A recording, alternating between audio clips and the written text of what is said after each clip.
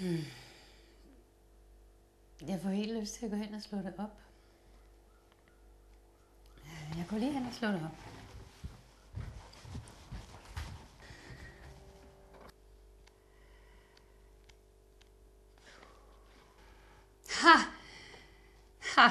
Poesi. Det mangetydiges nøjagtighed. Wow. Det mangetydiges nøjagtighed. Ja. Så det er sådan nogle bud på, hvad det er, vi skal opleve i dag. Sjældent flyder noget som blodet så hurtigt fra hendes skød. Kun sjældent skjolder saltet for gråden i symboler for død. Folder den blodrøde kjole ud over en hvid krop på det fugtige lagen. Lægger en lilje ved anklen, ser for ruden mod den gryende dag. Velkommen baby, sig farvel til det hele. Forlad verden i reflekser og glas. Gloriens glans brydes ned for dit åsyn. Skam runger i ruinerne af dydens palads. Tak. Jeg begynder lige med at lave noget dejligt grønt te, så jeg ikke skal stå der og være tørstig. Det er meget godt, at det er blevet godt vejr. Solen skinner der lidt i hvert fald. Nå, men ellers så har jeg taget paraplyer med. Jeg har 100 paraplyer med malerier på af Peter Hemse og et digt af Henrik Nordbrandt. Hej, velkommen. Claus Bundebjerg. Hej. Vi skal have et kryds hos Anne-Mette. Og så skal I have en parasol. Ja. Vi er på vej.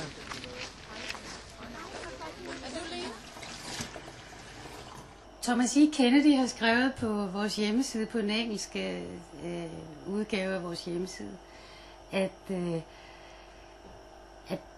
man skal ikke være bange for, at man ikke forstår poesi, fordi poesien forstår dig. Hvis du er ked af det, eller hvis du er ekstra opløftet, eller hvis der er et eller andet, nogle dybe tanker, du har gået og grublet over i lang tid, så er der ret stor sandsynlighed for, at du kan finde et digt, der beskriver lige præcis det, du ikke kan formulere for dig selv. Så har jeg i hvert fald en mulighed for at gå hen og høre vores bedste digtere. Der er nogle af vores aller bedste digtere i haven i dag. Og der er også nogle wannabes. Og dem skal der også være plads til, fordi vi kan ikke vide, om den nye Vita Andersen lige kommer forbi og står der med et dejligt digt.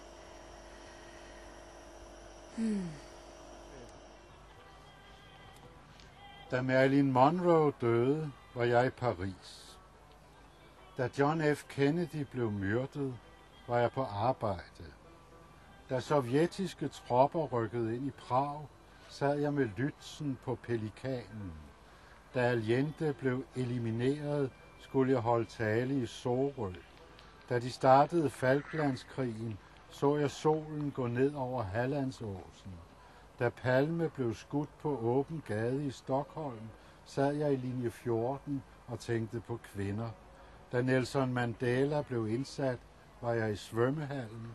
Da de torpederede World Trade Center, sad jeg i toget fra Estoril. Jeg er sjældent hjemme, når noget sker. Tak.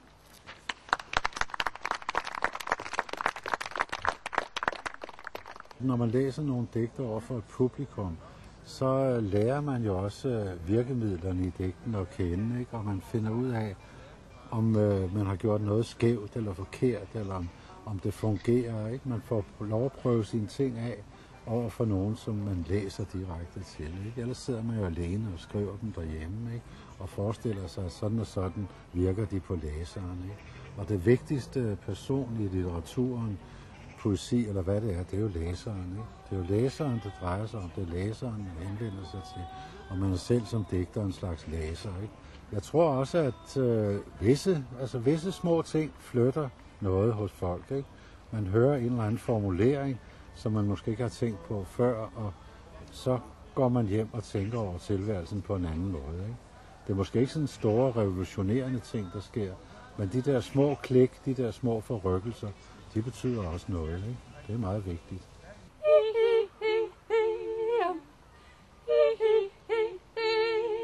Så hør du efter, hvad jeg ikke siger. Det må da være nemt at høre. Jeg siger det jo hele tiden. Når jeg tænker, at det her det er en fantastisk dag, så er der også andre, der gør det. Så jeg kan godt lide at give gaver. Det ved jeg, det er der mange mennesker, der godt kan lide. Så tænkte jeg, hvis nu vi er en hel masse, der giver gaver på en gang, altså poetiske gaver, giver historier, så har vi da gjort noget. Alle mennesker går og siger, at der er jo ingen, der gider gøre noget, og nu med den her regering, og alting bliver lukket ned, og vi bliver nødt til at blive folkeskolelærer alle sammen. Jamen, så må vi jo gøre noget. Altså, det er jo også godt at være folkeskolelærer, gode folkeskolelærer. Det kan være, der kommer mange folkeskolelærer i dag til poesiens dag. Who knows? Men nej.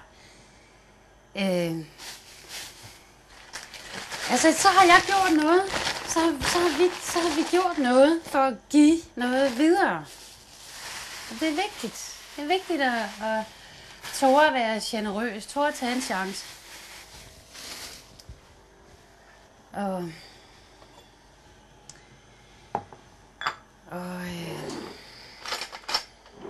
Så sådan helt personligt er det også en slags payback, faktisk.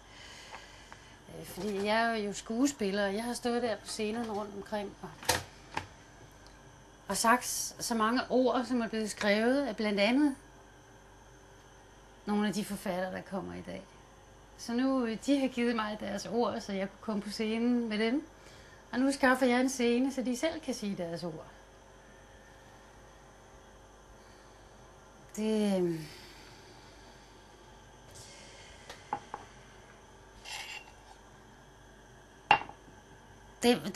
Det er også det vigtige med sådan nogle levende, i den grad levende begivenheder, nogle sårbare begivenheder.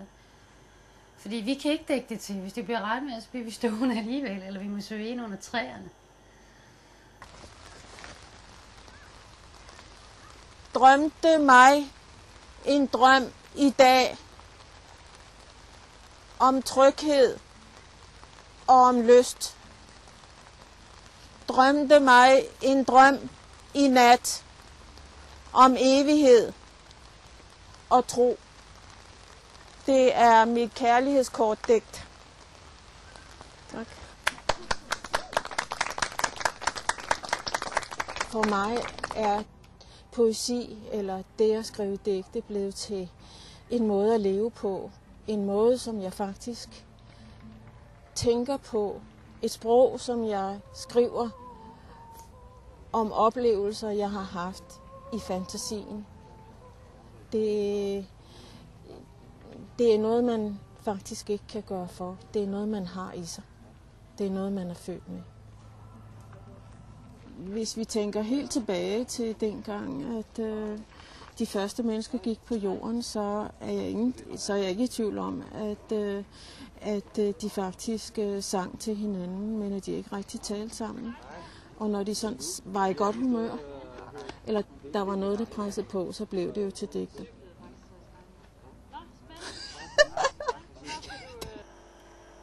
Jeg tror, at så mange poetiske tanker, så mange dybe tanker må give genklang på en eller anden måde. Altså ligesom når mange mennesker sidder og mediterer på fred, for eksempel, på en gang, så kommer det også til at betyde noget for verden. Jeg tror også, bare sådan et lille bitte målestok, at poesiens dag kan sætte et eller andet i gang. Det har allerede sat noget i gang. For den allerførste poesiens dag i 2000, der ved jeg, at der var to, som traf hinanden og blev forelsket i hinanden. Der hvor jeg stod og læste et digt op. Så det kan være, det er et godt datingsted i virkeligheden. Ligesom i gamle dage, Frederiksberg Have var jo også et mødested for elskende i gamle dage.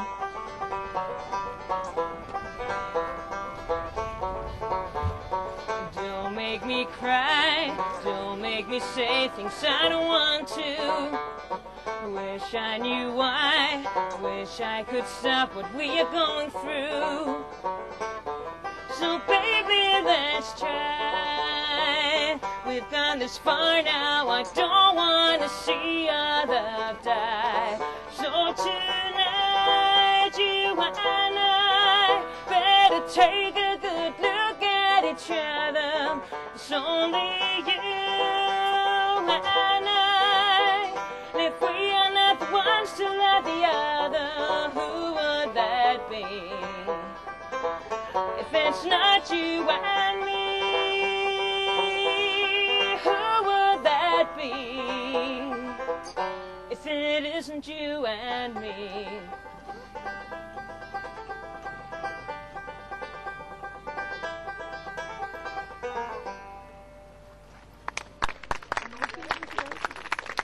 Tak skal I have.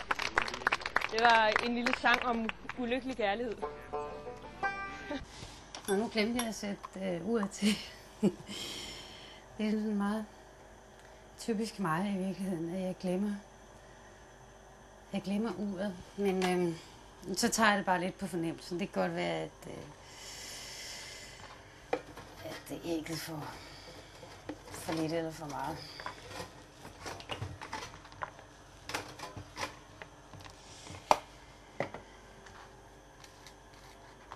Altså, der kommer en digter, som jeg har læst i mange år, og som jeg aldrig har mødt. Han hedder Eske K. Mathisen. Lykken indtraf, da jeg mødte frøken Spidjob. Hun var topløs ekspeditrice i et antikvariat, og den måde, hendes valnødfarvede brystvorter skelede på, kunne jeg ikke stå for. Hun viste mig ud bagved til hytterne med provinstopografi, og jeg imponerede hende ved at lade de ørentviste, der vrimlede ud og ind mellem bøgerne, bide mig i fingeren. Gør det ikke ondt? Spurgte frøken Spidjob kælens med sine let skelende bryster. Ikke spor løg jeg og skelede tilbage, så godt jeg kunne. I en lille have bag ved antikvariatet morede frøken Spidjob sig med at pille vingerne af humlebier og lege med de uldne tumlinger. Hun byggede hus til dem med soveværelse, køkken og børneværelse. Toilet var der ikke, så måtte de gå udenfor. Men når hun så var færdig med at lege med dem, overlod hun dem ikke til deres amputerede skæbne. Hun klistrede vingerne på igen. En gang imidlertid så uheldigt, at vingerne kom til at sidde omvendt. Med det resultat, at et par brumbasser måtte bakke resten af deres liv, efter at have været i hænderne på frøken Spidjob. Joe Leonard, som er parfumør, han er uddannet af en japansk zen-munk, og han sidder i en båd og spreder de der dufte, mens hans søn spiller guitar til. Og hans datter ror.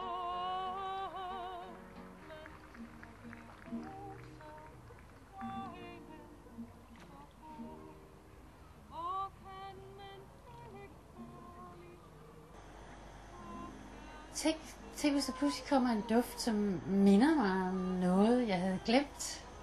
Duft af erindringsbærende. Lugtesansen er den mest erindringsbærende sans af alle vores sanser. Jeg glemte på.